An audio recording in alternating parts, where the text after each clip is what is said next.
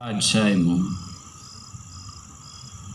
3వ వచనంలో, నేను కిలికీలోని తార్సులో పుట్టిన యూదుడను. This a phenomenal confession, a stellar conviction. I'm a Jew, నేను యూదుడు. ఇశ్రాయేలీయులు 12 గోత్రాలని యూదులనే పిలుస్తారు. యూదా గోత్రాన్ని మాత్రమే కాక మెట్టుకు అలాగైతే ఈయన బెన్యామీను గోత్రికుడు, ఆయన యూదుడు అని ప్రకటిస్తున్నాడు.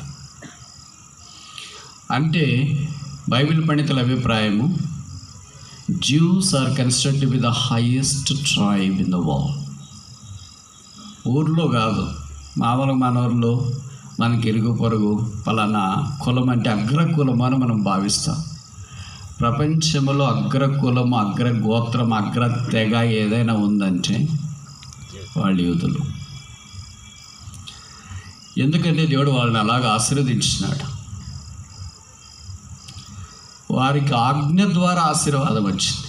ద్వితీయోపదేశకాండం 28వ అధ్యాయంలో చెప్పాడు, he shall be head, he shall not be tail. మీరు తలగా ఉందరు. అక్కడే ఆగిపోలేదు వాక్యం, మీరు తోకగా ఉండరు. See the word of God is very clear. దేవుని వాక్యం ఎంత స్పష్టంగా ఉంది.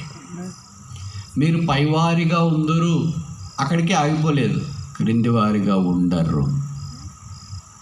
ప్రపంచ జనాభాలో ఇశ్రాయేలు జనాభా శాతం ఎంతో తెలుసా? 0.